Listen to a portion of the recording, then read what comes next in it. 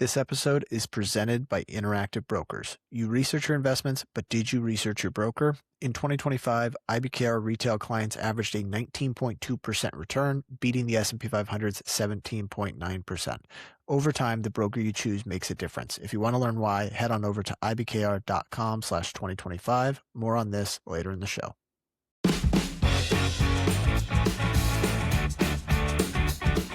Welcome to Chit Chat Stocks.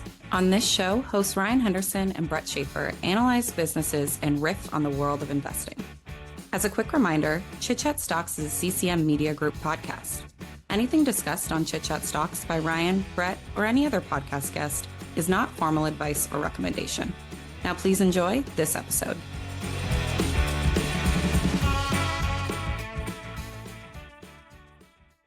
Welcome into the Chit Chat Stocks podcast, a podcast to help you find your next great investment. Today we bring back on Rod Alzmann, an individual investor who manages his own book and is actually one of the early GameStop investors. We've had on before to discuss other companies. People can go back and listen to those episodes if they want. But today we wanted to bring him back on because he's been writing on his Substack, which we will have a link to in the show notes, an interesting new potential opportunity to discuss with WM Technology, aka Weedmaps. Rod is currently a large investor in the business, and Ryan and I are currently not shareholders, but I said, since it's a small microcap, we should say what our rules are around publishing and buying stocks.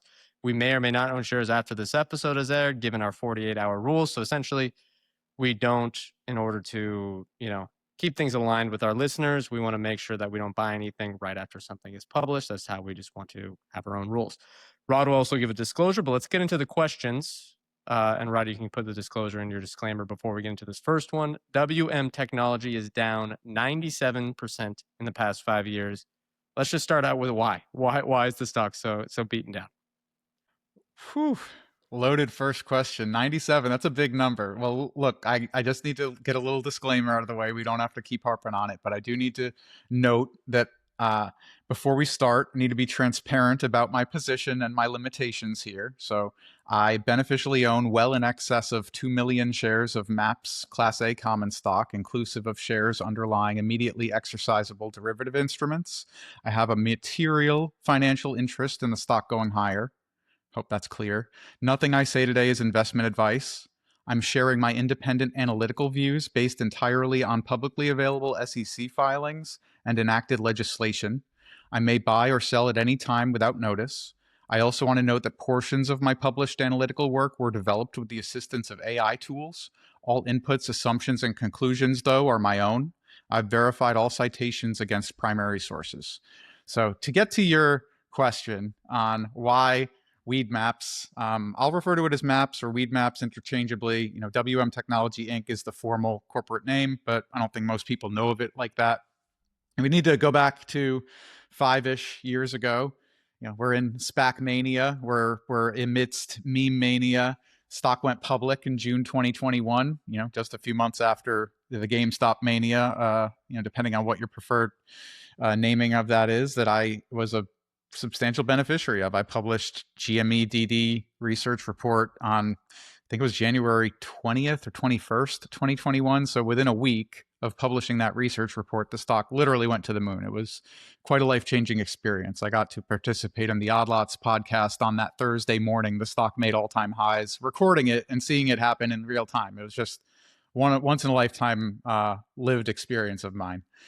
So with that, grounding of this happening in the months following, they went public via SPAC at an implied valuation of $1.5 billion during the peak of the cannabis SPAC bubble, right? So it's down a lot.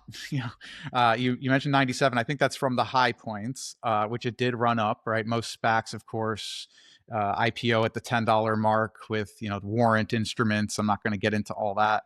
But it's safe to say that just about every cannabis adjacent public company has been destroyed, delisted, decimated. Leafly, a pretty close comp to Weedmaps, was delisted in January of 25. Tilray also down 95%. MSOS ETF, the multi-state operators, down over 80%. So sector-wide carnage is a big element of that decline. I'm not saying there aren't idiosyncratic reasons for Weedmaps deterioration. We can talk about some of that. The company specific factors are a compounding element. So, okay, 1.5 billion valuation. They clearly had growth baked in and a view that there would be growth, or they being market participants at the time. For full disclosure, I did not take a stake in this company until February of 2024, sub $1 per share. So I have not borne that pain myself that some early investors have, and I can empathize with them. But the company's deteriorated from an operating perspective somewhat, and it has not lived up to expectations. Revenue had peaked around 210 million, and now it's around approximately 175 million because mature markets, California represents a majority of their revenue. Michigan has and Oklahoma states, in maturity for cannabis have generally experienced pricing compression and operator consolidation. You need to think about from the vantage point of these, who is their customer? Their customer is a licensed cannabis dispensary. So those businesses face this onerous tax burden under 280E because cannabis is still a Schedule 1 drug under federal law. It's illegal under federal law, even though it's legal in a majority of the states. I've bought it legally in many states myself personally, or at least under state law legally, but it's still a federal crime. And being a Schedule 1 drug, 280E is a very punitive tax burden. So operators cannot deduct ordinary business expenses, their marketing expenses, the regular OPEX is not deductible. So their effective tax rates are, instead of, the 21 corporate plus whatever state, you're talking about a 70+% punitive effective tax rate. So it consumes a large portion of their gross profits. It depresses their marketing budgets, and that directly impacts what dispensaries have available to spend on weed maps. A few other things. NASDAQ deficiency notice was received on February 4th. They filed the 8K. So that creates a mechanical selling pressure. You have active funds that may have listing quality requirements that are automatically liquidating with no consideration for intrinsic value. And of course, the fourth quarter earnings release in March, the 10K filing came out the same day as the earnings on March 12th. That was very much a kitchen sink quarter in my view. You had a $7.1 million goodwill impairment. You had a $2.8 million settlement class action agreement in principle that they booked the charge for, even though the event occurred after the period close. Under accounting rules, they take the charge in 4Q. And then there was a $4.4 million credit loss provision in addition to a substantial accounts receivable build. So there are some non-recurring charges that obscure their underlying earnings power, I think, because that 97% decline, it looks magnificent in the negative sense. But when you actually strip that all away and you look at what is this business, you have a company with $62.4 million in cash on its balance sheet. If you look at the Class A common stock and the Class V units, you need to consider those, and you're fully kind of diluted. You get to about 159 million units. I exclude the warrants altogether. They have an 1150 strike. This stock is those are so far out of the money, and they expire in June. Under no reasonable circumstance do I see those being dilutive instruments. So 159, you divide, the 62.4 million cash. We're just shy of 40 cents per share of cash. We're trading at 65-ish cents right now. So 25 cents for the operating business. No debt. Yeah, there's operating leases, but you can't burden both the operating line and the balance sheet. You got to put it in one place, and let's leave it in the income statement. They're paying those lease expenses. Let's not consider that debt, right? Depending on how your accounting view works. 40 million, 39.8, but 40 million in adjusted EBITDA. You've got gross margins. This is a software platform business, and then 5,200 paying cannabis dispensary clients. So it's not that the enterprise is impaired. I think that it's the stock price that's impaired.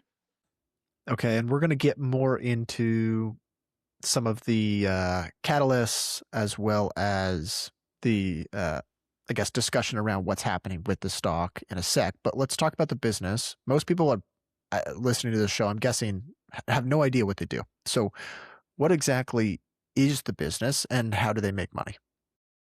I don't know, Ryan. That might be a little naive to say no one's used weed maps in order to locate their dispensary to fulfill their consumer needs. But look, it's essentially the Yelp of cannabis. It's a two-sided marketplace, and from a consumer discovery lens, they are the dominant marketplace. They were founded in '08, so they do have a first mover advantage in this space. We're at this point going on what 18. This is their 18th year. Network effects, I know you guys have talked about those, and from a competitive advantage lens, that is clearly an area of strength for them. They have an early mover advantage, and they are the largest. They supply, depending on your denominator of dispensaries, licensed dispensaries, we're pushing upwards of 40% of licensed dispensaries nationwide. So they are the largest player in that space. Consumers go where the dispensaries are listed, and the dispensaries are going to therefore list where the consumers search. So revenue is going to come through from three streams there. You've got SaaS subscriptions, Weed Maps for Business. So these dispensaries get listing management, compliance tools, point of sale integration, analytics. Advertising is the biggest bucket. So featured listings, deal promotions, banner ads. The dispensaries are paying to get that visibility on the marketplace. And then third, we've got some ordering and e-commerce. So WM orders, facilitating online ordering through the platform, driving transaction volume. And it's important here, getting back to the early part of the conversation, this is still federally illegal. It is still a Schedule I drug with no known medical use. So critically, mainstream tech platforms won't fully serve this vertical at present. Google restricts cannabis advertising. Apple restricts cannabis apps. Payment processors block cannabis transactions. If you've ever, as a consumer, wanted to go in and use your credit card, it's not as simple as that. You might need to go use their ATM to withdraw cash, or they might have some ACH transaction structure to get around the limitations in banking.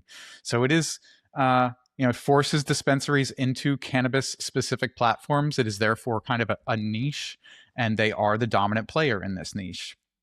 Federal illegality is actually the moat in this case because it keeps the big players out of the marketplace. I was about to ask if it was federally legalized, would you see that as something that's going to really hurt the business? It's a real question, and then the question becomes two-sided. How much does the TAM expand if you get a descheduling event? So there was reporting just, what is today, 23rd? It was, I think, March 5th in Marijuana Moment. So this is the same publication that had essentially in advance reported on the December 2025 rescheduling executive order from President Trump.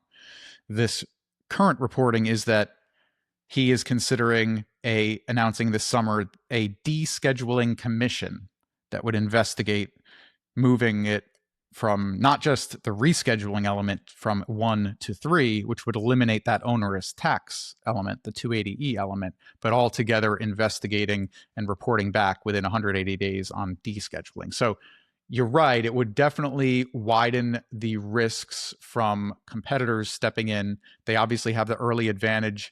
And there is a disparate, each state has different compliance rules in terms of what is and isn't permissible. So when you have a niche like that, it does become, how can we get involved with it, across the entire operating landscape without having to incur undue upfront costs as we try to then disintermediate the incumbent? I think it's hard to know precisely if federal descheduling would be a net negative or net positive, but it really, to me, depends on, is your view that that network effect that they've built is substantial enough to withstand some of that incremental competition, and how large does the market become? Is there enough room, with the network effects being what they are, will it be that we don't need to go to Weedmaps anymore at all? And that's a possible risk. One more question before we get into sort of your conversations with the board and other aspects of the thesis. What has growth looked like for Weedmaps? It hasn't. You've got year over year on the top line pretty flat. if you were to look at from an operating metric perspective, I think there's two key ones. So the number of dispensaries and then the average revenue, the ARPU for these dispensaries. And they've been pretty flattish. So my view is actually that we are in a trough when it comes to the kind of operating landscape, given the executive order that I mentioned. That is a unknown timing, but it seems to me it's not a matter of if it will be rescheduled, but when. Secondarily, like on the forward look, because again, we can all look at the trailing financials. We can all see what reality is. This does not look like a growth business when you look at the trailing operating performance, but you have to look forward.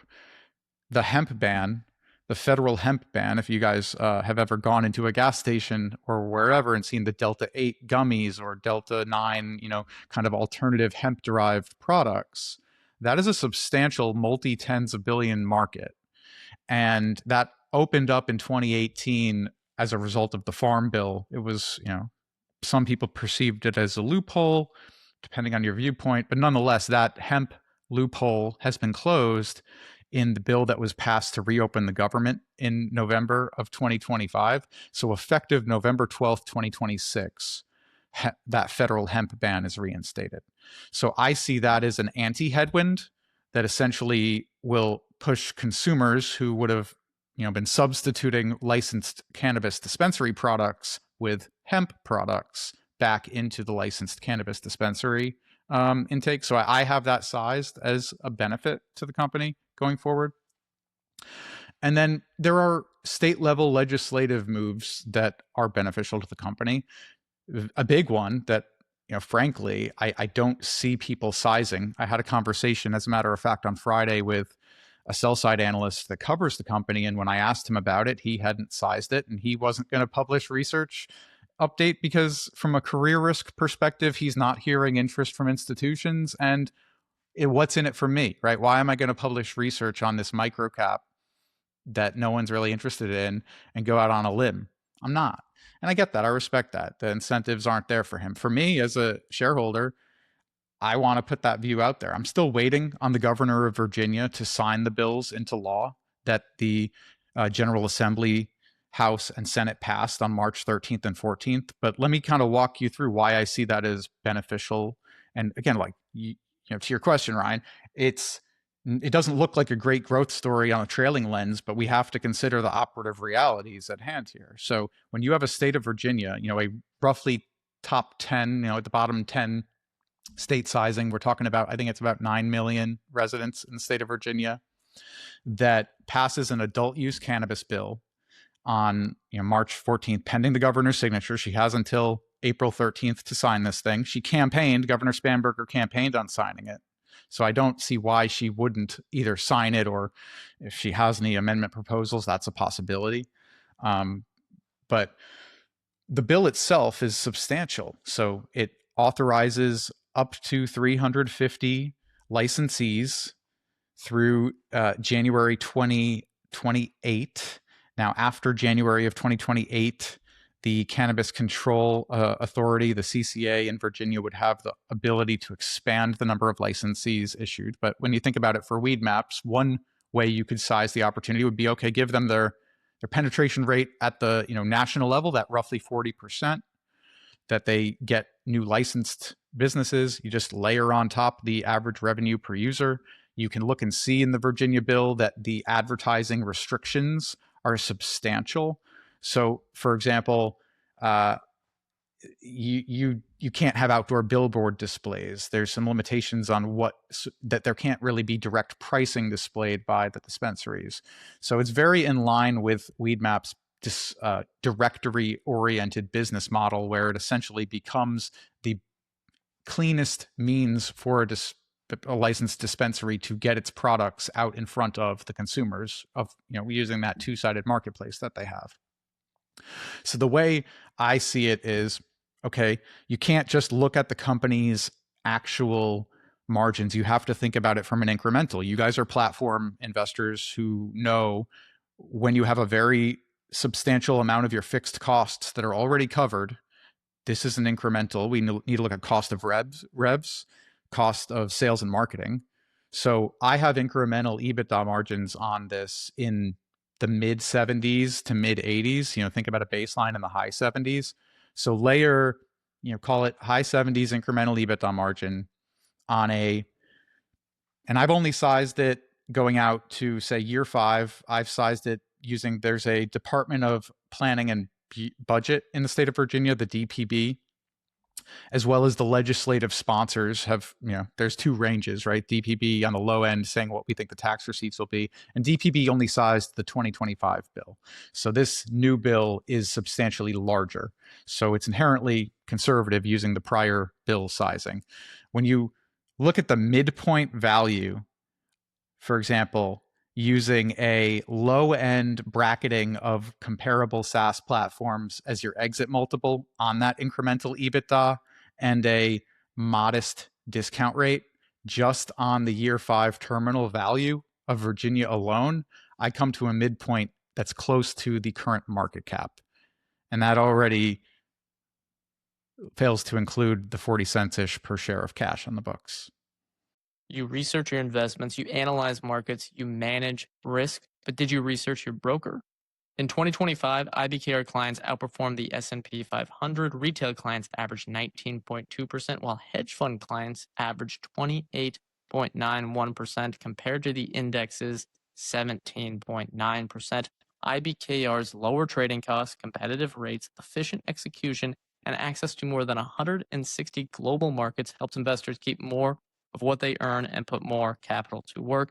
Over time, the brokerage you choose makes a difference. If you care about performance, find out why the best informed investors choose Interactive Brokers at ibkr.com/2025. Interactive Brokers is a member of SIPC. Okay, let's talk more into your thesis. We'll have a link in the show notes to the detailed Substack write-up, which is completely free. People can go check that out. What about a potential acquisition? Who could potentially acquire them? What do you see here? What are the avenues? Is it private equity? Is it like a leverage or some sort of buyout firm, or is it some other player in the space? What are your thoughts here? What do you think could work out and be of help to shareholders? So look, we have to look at what's actually transpired, and you can read all the filings, you can read all of the news.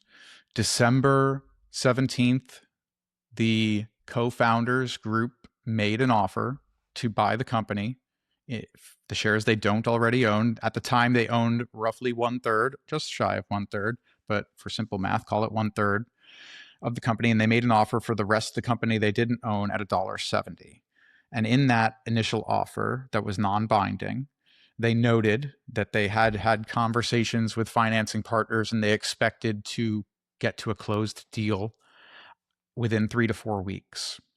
What happened 27 days later, the DEA judge that was essentially overseeing, if you recall, the Biden administration had begun moving the ball forward on rescheduling.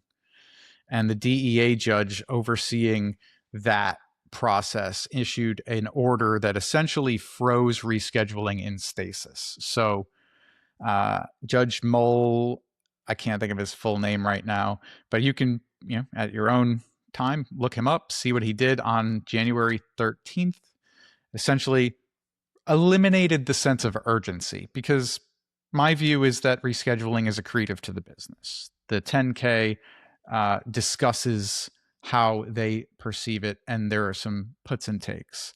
However, when you offer $1.70 per share for the shares you don't already own, presumably you see an opportunity for a substantial return on that investment to take the company back private. You're not doing it as a goodwill gesture. You might want people to perceive it that way because you might position it as a large premium to a depressed share price. But I tend to think that the co-founders are interested in making money. So after that initial offer was made in December, that event happened in January. Go forward another few months, we remember last April with Liberation Day, credit spreads went to the moon. My view is that net of those two events, the sense of urgency or even the capacity to finance was eliminated by then. However, they waited until the day before the annual meeting June 23rd to formally withdraw the offer with an express reservation to return. And that's an important piece here, because it's not that they said we're not ever going to come back to the table. They said one day before the shareholder meeting that we are going to, for now, table it and we may come back. So my perspective was informed by the Trump executive order in December of 2025. To me, that was the starting gun of this slew of governance events that have happened year to date 2026. So December 18th, fast forward 5 or 6 weeks, you get to late January, early February, and you get this beginning of a cluster of events that, taken in isolation, perhaps you can make a credible argument that this is just standard housekeeping.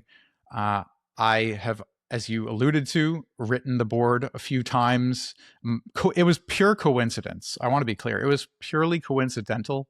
My first letter was dated, and it was just an email. I didn't initially send that via certified mail, although it was sent subsequently via certified mail as an attachment, as an exhibit, because I had seen the executive order. I had been a shareholder. I wanted the company to have, based on my understanding of accounting rules, incremental disclosures around what this, his language is for the directing the attorney general to, in the most expeditious way possible. And the 10K now includes some of that language, reschedule marijuana. I wanted them to include 10K disclosure so that other market participants could appreciate the benefits of what President Trump's executive order would mean for the business. Coincidentally, within a few days, there was an 8K filing in early February 3rd, that indicated they had made the CFO permanent, which is one deal prep potential item. Second, that they'd added 2 independent directors to the board, which they'd already indicated they would have a special committee comprised of independent directors in that first go around. So I saw those events happen, and that read to me like we also saw the Trump executive order, and we now see this as our signal to begin this process again, or start the process back up again. It's not a cold start per se. I cannot say with certitude without seeing the board minutes, but at least from the public filing side of things, it appears that the process was never fully shelved. It was paused. So you saw that happen on the governance side with the CFO made permanent, 2 independent directors added. 2 days later, you get on the 5th, the 8K filing indicating they received the deficiency notice on February 4th. Okay, go forward just a few more days from that, on February 12th, and this was not communicated by the company, but it was part of the public docket, the class action lawsuit that they had, they reached a preliminary agreement in principle to settle that. So that would be a significant contingent liability that might prevent clean financing or a deal to be consummated. So it would make sense that if you were looking to return to the table, you would want to clear that off of the books in advance. And of course, it helped to further depress the fourth quarter net line for earnings. So those events transpired throughout February. I sent my correspondence, a few pieces of correspondence as these events continued. I wanted to protect my rights as a minority shareholder of this Delaware corporation. And then we got a 3rd independent director added on March 5th. The 8K was filed on March 10th, just a few days before the fourth quarter was reported, and the 10K came out on March 12th. So there were a lot of events that read to me like, in conjunction with the public reporting about rescheduling, we want to act. And I would add that the company has to file its definitive its DEF 14A, its proxy statement by the end of April. So from the research I've done, management buyouts modally occur in the second quarter during the information asymmetric period in which, especially after a kitchen sinked fourth quarter, there is an opportunity to utilize a depressed and information asymmetric environment to potentially come back to the table. I have no insight into whether there's an active negotiation at all, or if one will come to fruition.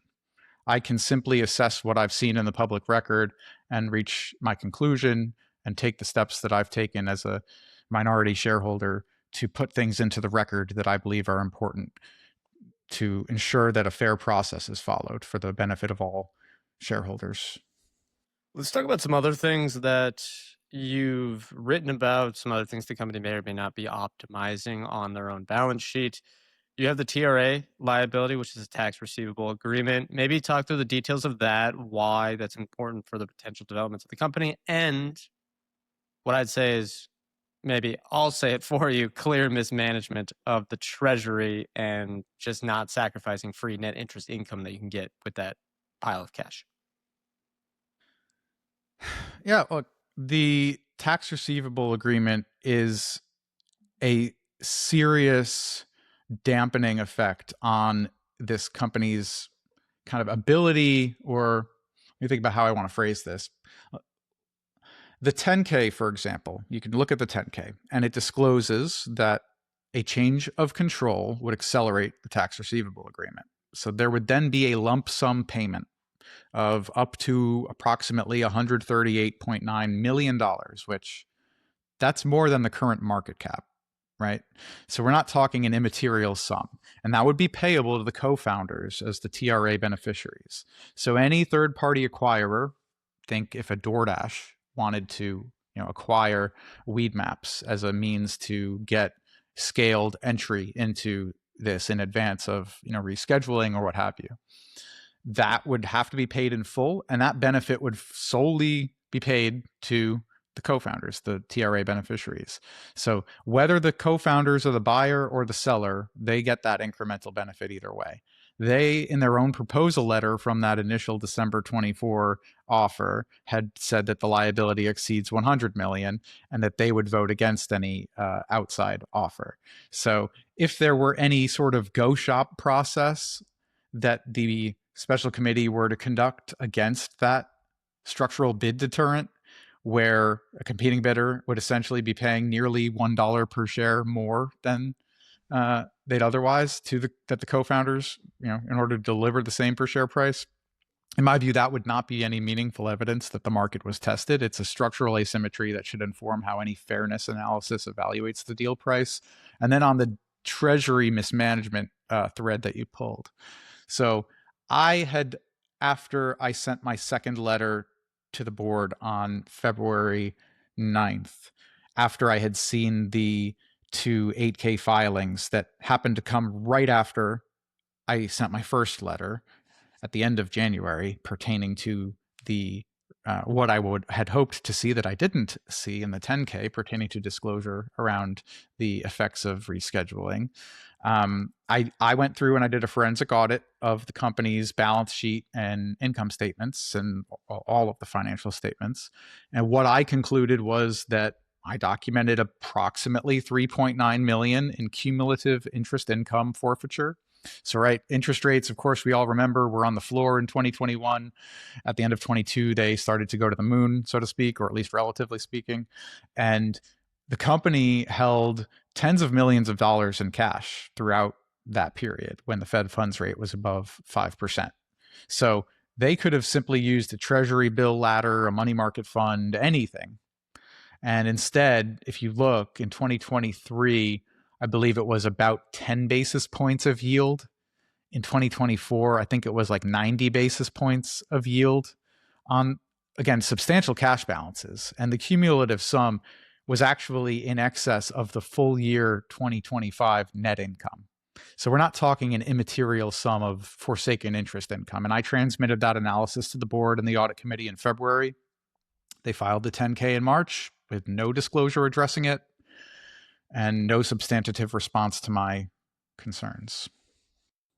What is the point? So it sounds like they've just got it in some low yielding bank account or whatever. What's the point of them not collecting the interest? Is there like a rationale from their side? They think they need the cash, or? I did, I think in the letter, asked to try and understand if there was a minimum liquidity consideration. I never received any response to my request.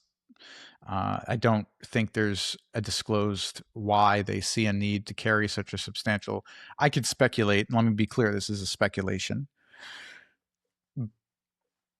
But in my speculative view, that cash on the balance sheet can serve a prospective acquirer to minimize the amount of cash that they need from an external financing perspective. So should there be a renewed effort to take the company private, that 60 plus million, a substantial portion, right? This is a platform business that doesn't have massive capex needs. They could utilize a portion of that to reduce the amount of debt they need to raise to conduct a management buyout. Okay, we've talked a little bit about your conversations with the board so far. Is there anything we haven't discussed? Maybe go through, give us sort of a timeline of everything that you've talked about with the board and any extra thoughts there.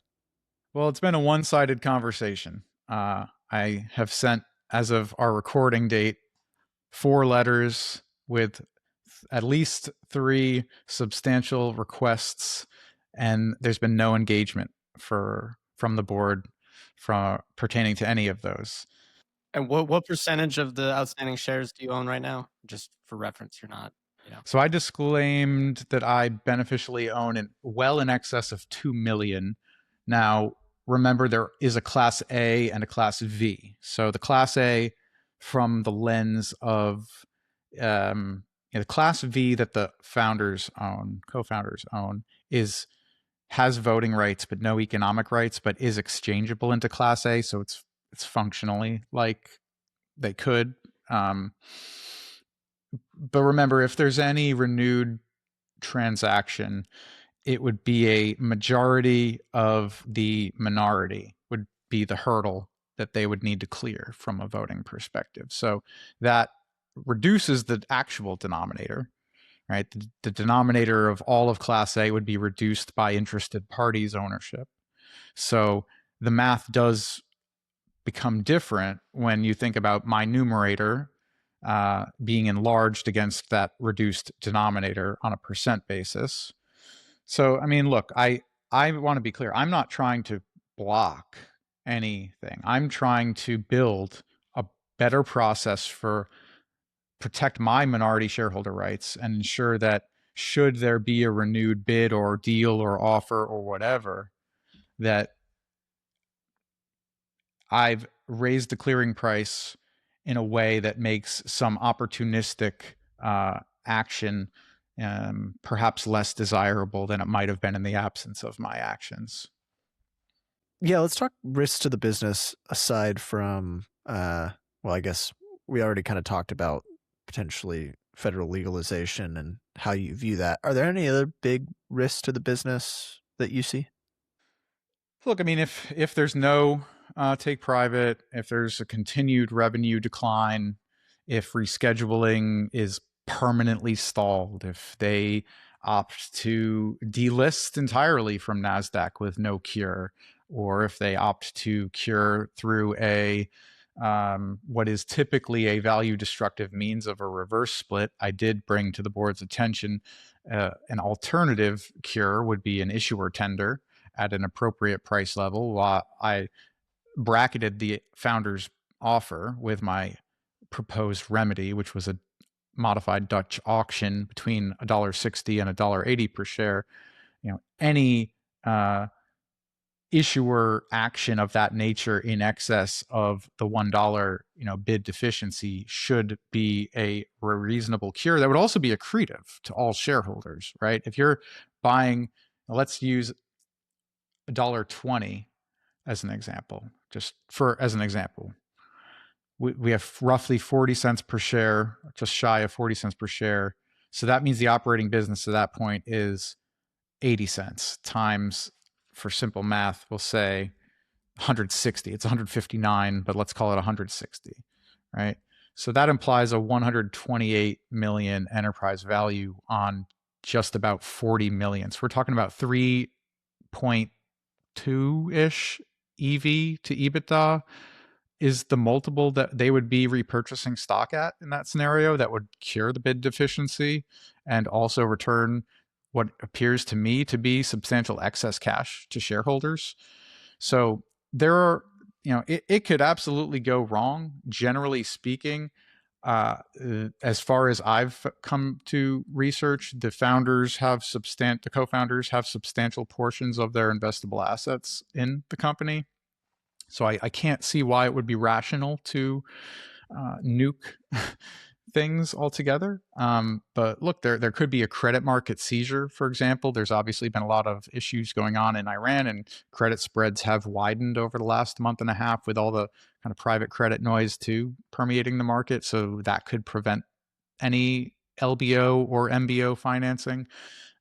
We talked earlier about a full-on descheduling that could, happen. It doesn't seem like it'll happen anytime imminently, but if there were a full descheduling and then Google ate their lunch and Weedmaps wasn't able to defensively establish, their competitive advantages in this new landscape, that could be downside. But I just look at the enacted law, the hemp ban, the Virginia catalyst that, again, just pending the governor's signature, and that goes into effect January 1, 27 in terms of adult use legal sales in the state.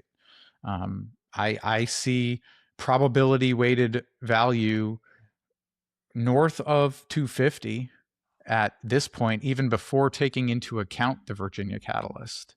So we'll have 1Q earnings that come and normalize post the 4Q kitchen sink, and the stock may recover on its own merits. I can't say what the future will be, but what I can say is the future, to me, looks far less bleak than what the current share price implies.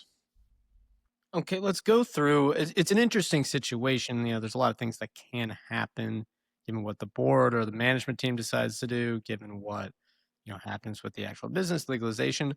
What are some scenarios you have in your head or that you've been looking at analyzing the business that would cause the stock to quote unquote work? I mean, you've outlined an intrinsic value in the $2 to $3 range. We can get into that math as well, maybe after. But what do you think, like generally, like, okay, this happens and the stock starts working, and what are the probabilities there? I don't know. How are you looking at that as someone who kind of is a deep value net guy? Take us through that. Look, I mean, I think said that just before, but just to be clear, what would make it work would be a take private at fair value, a price reflective of the cash balance and normalized earnings power, the enacted Virginia catalyst, and the probability weighted regulatory upsides. And that's where I see fair value north of 250. Even excluding Virginia, I see it north of 250. And that Virginia event had happened. The 13th is when I published my one day, less than 24 hours after the 10K came out, I published my initial valuation view. And that once I had the 10K data and I was able to really give what is with the freshest data, and that's inclusive. Like, these are, again, you don't look at a business on a non-normalized earnings basis. You shouldn't, at least. You shouldn't consider, a one-time goodwill impairment. Or, for example, they took a $2+ million Amazon Web Services charge that they explicitly note is because of their efficiency, that they weren't going to utilize full committed amounts. So because you're going to be more efficient operators in the future, you had to take a charge. So yes, you took a hit to your current, your trailing earnings, but on a forward basis, you should actually be performing better. So you have to look forward and look at the reality of rescheduling completion. That's going to eliminate 280E and drive some organic re-rating. I think once Virginia's governor signs, you get visible new market revenue growth. And the hemp ban, as I noted, goes into effect in November. So as we draw closer to that and people begin to realize that, you're going to force some spending back into the licensed dispensary channels, I think those items could all help the stock recover. First quarter, earnings being normalized post kitchen sink. And of course, if the company uses a shareholder accretive mechanism to cure the deficiency, that as well. We haven't hit on this too much, but the actual cannabis market has gone through a huge boom and bust. There was the boom, and maybe we could call that 2017 to 2021, something like that. And we've seen just many, many years now of oversupply, price decreases, dispensaries going out of business. And there's been just a supply, maybe an oversupply that's just been contracting. Do you think we're at a point where, and this has shown up in Weedmap's financials? Do you think we're at a point where we might be at the trough? You mentioned that at the beginning, but maybe any details on that, any evidence that, all right, well, why not? Why is that going to happen this year and not 2027, 2028, 2029? I think it's the regulatory environment. And that's where the question mark to me is not a matter of if there's a regulatory environmental change that validates what you just said, that is also my view that we are at an operating trough. It's not an if to me. Look, the president is very famously fickle. However, it does seem that there's been consistency pertaining to federal legalization or at minimum descheduling or rescheduling.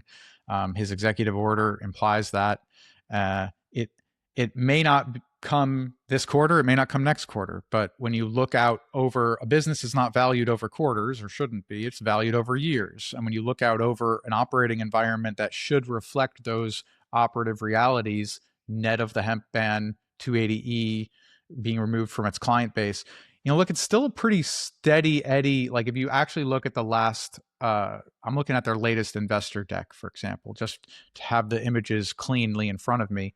And between 1Q24 and 4Q25, their average monthly paying client mix has ranged from about 4,900 to about 5,200 and change. So we're not talking about massive swings in mix. You mentioned, some dispensaries are obviously going out of business. Some dispensaries are coming, into business. The new states coming online does provide a pipeline that's obviously fed into that alleviates some of the competitive pressures in states like California, Michigan, where race to the bottom pricing coupled with the onerous tax treatment has made it tough for dispensaries to do well.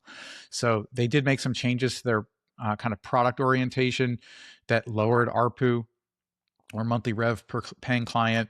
But even so, that number has stayed, it's shy of 3,000, but it's in the high, it's in the 2,800 range for full year 25. So, it's not as, it doesn't look like a business to me that's failing. It looks like a business to me that's been it may be the last man standing, if you will. When you think about Leafly being delisted, and you look at their actual balance sheet, this, but for last quarter, which if you look at the account receivables build, there was a big question mark that I had there. But for last quarter, where there was a slight cash quarter-over-quarter decline, they had cash build for almost 3 years straight. So it's not as if this is a business that consumes cash. I don't see a reason why. Like if we go back to 1Q24, they ended 1Q24 with 36 million. They ended 4Q25 with 62 million, nearly double. I expect that as we move through 2026, they'll continue to build cash. The question then becomes, what do they do with it? And to date, the governance has left a lot to be desired. But I get back to, we can see what they made an offer. They reserved the right to return. These governance actions have all occurred in the preceding months, and there does appear to be a window of opportunity that there may be a very depressed base to bid against. And I would just simply reiterate that fair market value is the hurdle that needs to be cleared, not a premium to a depressed price. That's a good way to put it. And let me even put the valuation in a different light. I know there's some accounting stuff that can change this slightly, but even if we exclude the cash on the balance sheet, if we look at our friends at Fiscal AI, this is a good way to highlight our advertising partner here. Use our link, fiscal.ai/chitchat. They even have all the financial analysis you'd need for small companies such as Weedmaps. Thousands and thousands of businesses listed on there. Their price to gross profit. So this isn't sales, and yeah, it's a high margin gross profit business, but their price to gross profit is well below 1 over the last 12 months. And yeah, the operating earnings don't look great, but as Rod mentioned, there could be some opportunity here where the forward-looking operating earnings or EBITDA are significantly higher. So you look at that. I mean, that's kind of the top line metric we like to look at for businesses, especially for a company that might be, the trailing earnings might not be that great. I mean, sub 1 times price to gross profit, maybe even sub 0.5 times, depending on how you define it. That is quite a discounted multiple if they can get their act together and generate positive GAAP operating income, positive GAAP EBITDA, stuff like that. And I will highlight once again, fiscal.ai/chitchat. Go check them out in the show notes. Rod, Brett, any it's comments less on than that? 1 times. It's less than 1 times trailing EV to EBITDA. Not even just Oh, gross really? profit. I mean, we're talking Yeah, less than look, 1 time. So right now, the enterprise value, I'm referring to the adjusted EBITDA that they put in their own bridge. I'm not making a number up. I mean, we could say that's a made up number, but let's use the adjusted EBITDA that they report of 39.8 million. So as of right now, I see 63-cent spot. So 63 times 159 gets you to 100. Now let's back out the 62.4 million cash. That gets you to 38. Well, they're at 39.8 for trailing EBITDA. So right there, you're below 1. That is not common to see a dominant SaaS marketplace trading at less than 1 times EV to EBITDA. And there are certainly some reasons, some idiosyncratic and some sectoral, for the depressed view. But I don't believe personally that that's a indication of fair market value. I think that's more of a indication of there's simply not people interested in buying the stock today for certain. The deficiency notice prevents a lot of institutions from being able to participate. I even know that it was brought to my attention, multiple retail brokerages are not allowing investors to buy this security because of it trading with a deficiency notice being a low price security. At least Merrill, I included a screenshot of that in my latest post, and I know it was made aware Tasty Trade as well as was at some point at least preventing purchases. So, just because people cannot buy the stock does not mean it's a fair price. Yeah, That's I imagine. a good way to put it. Ryan, go ahead. I was gonna say, I imagine, especially as the price comes down more and more, you see a lot of indiscriminate selling, just totally ignoring any sort of valuation work or like you said, the inability to buy for certain people. Let's maybe wrap up with this question, unless you have anything else on your mind that you want to talk about. But what do you think investors are most missing about Weedmaps or WM Tech, the stock, right now? So I'll answer the first part and then I'll get to your question, because when you look at it from the outside view, you don't do any work on the governance signals that I mentioned. You just look at the trailing financial statements on their face. You don't look at normalized earnings. I can entirely appreciate why mechanically. I've been observing this. Robinhood does provide this data on a day-to-day basis, and I don't know precisely how accurate it is, but I'm going to go to my Robinhood screen here just so I can make sure I'm at least accurately conveying what I see. And what I'm getting at is this looks like an interesting short from a mechanical lens. I could see why. For example, go back to February, we get the deficiency notice. So February 3rd, the last day before the notice became public, Robinhood has 2.589 million shares short, a little under 3%. Over the ensuing few weeks, we did have the SaaS apocalypse, catastrophe, insert whatever name here. So some of that was sectoral and some of that was idiosyncratic from the deficiency. But in just 1 week's time, from the 3rd to the 10th, we went from 2.589 to 3.586. So an incremental million shares shorted in that period. Fast forward all the way to the latest data that I see, or rather, let me go to the day before the 10K. You had 3.926, so a little over 4% of shares out, of the float, short. And then, of course, the 10K hits.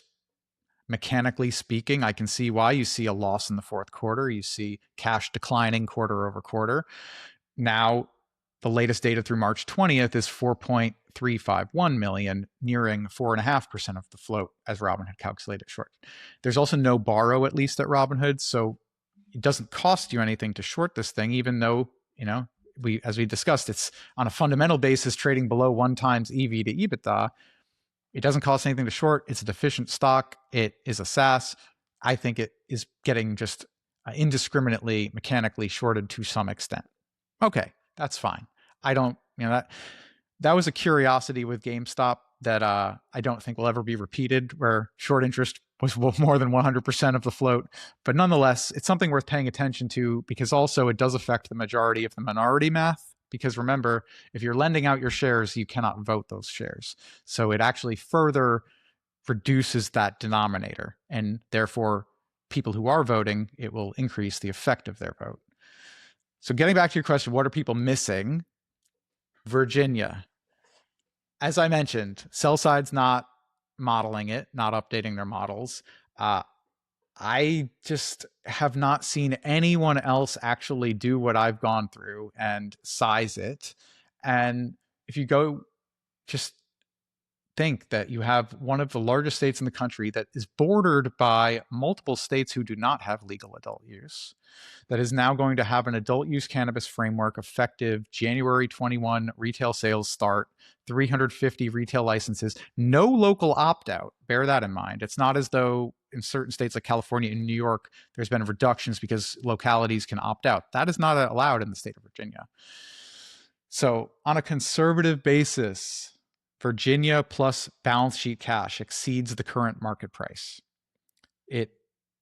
And when I say conservative, I mean using the prior bill that is smaller and using the most conservative swags. I'm not trying to be heroic in my sizing of Virginia. It is a wide range, but nonetheless, I converge using the methodologies around a material sizing for that state as an incremental benefit to the company. So, before you assign any value to their existing 175 million revenue platform, 5,200-ish paying clients, rescheduling, hemp ban, or anything else, cash plus Virginia, gets you there to the current price, beyond the current price. There's one, I think there are two, but the sell side analyst covering the stock, Casey Ryan at West Park Capital, he has a 261 price target.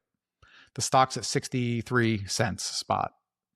It's a 300% gap plus between the only fundamental analyst's assessment and the market price. And I don't put a lot of credence on sell side research. I 100% independently came up with my valuation. I saw his price target after I had done it, and I just found it interesting that independently we were in the same ballpark. And when I see that gap, I see the legislative catalysts that no one's sizing. I see the governance pattern that the academic literature would recognize immediately. And I'm waiting on the governor's signature to publish some incremental research. That's why I've been adding to my position aggressively over the last few months. I've continued to add during the post 10K sell-off that other holders are fleeing or short sellers are entering. And every single dollar of the analysis I've published is backed by my own capital.